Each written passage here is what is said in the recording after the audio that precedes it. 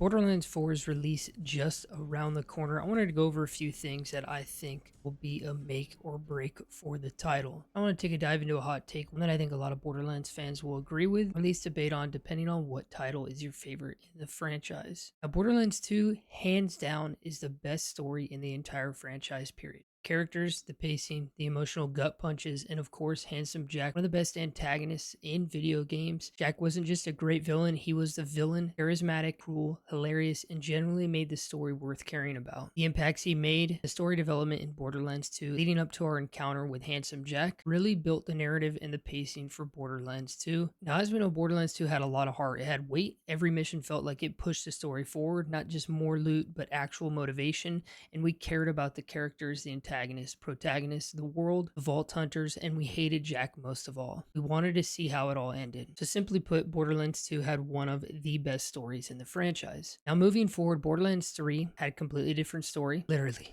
completely different. The gameplay, though, was absolutely amazing. The gunplay, the movement, the abilities, it's the smoothest and most refined Borderlands has ever felt. It's like they took the chaotic formula and finally perfected it for Borderlands 3. And it makes sense because it came out years later and a lot was changed when it came to gunplay, movement, gameplay, and all of those aspects. A lot of quality of life things were introduced. Sliding, automatic ammo pickup, auto sell, and things like that. But the story overall, we all know that the story was completely terrible, to say the least. Villains felt flat, the pacing was completely off, and while there were cool moments here and there, just like every game in Borderlands title, nothing hit the way Borderlands 2 did. And this is where I'm starting to think about Borderlands 4. And that's why I think the future and the success of Borderlands 4 lies completely in one key thing: story. Keep the gameplay from 3, refine it even more. As we know, it is going to be refined overall. We're going to have our first open world environment. There's going to be many different movement systems, the way guns, loot, manufacturing, world drops, farming is going to work across the board. It seems to be the best we've seen in the franchise, and I think Borderlands 4 will have the gunplay and the gameplay that we like from Borderlands 3, just ramp it up to the max. But if they can craft a story with real stakes, compelling characters, and other villains we love to hate, Borderlands 4 could be the best in the series. Now, we do know the baseline for Borderlands 4 is set to have what seems like a good villain that could compete against Handsome Jack. Now, will he be better than Handsome Jack? I don't know. Handsome Jack will be very hard to top. I think the Timekeeper, especially what we know about him from the other Borderlands title and finally coming into the franchise and going to be the main villain for the story, I think there's a lot of weight to this story and there is a potential that this could be the best game in the franchise. But like I said, we do know the gameplay, the gunplay, and many features that are coming to Borderlands 4 are going to elevate the way we play. But will the story carry us to continue to enjoy the journey that is Borderlands 4? Compel us enough to go back to the title. I honestly think they're going to do a fantastic job with the story. We do know the mission system is going to be completely different than we've seen before because we're not going to multiple planets. We're on one massive planet, and there's going to be a linear quest path with side objectives that we can do and side stories to discover. We also do know there's over 200 collectibles in the game, first ever for the franchise to introduce something like this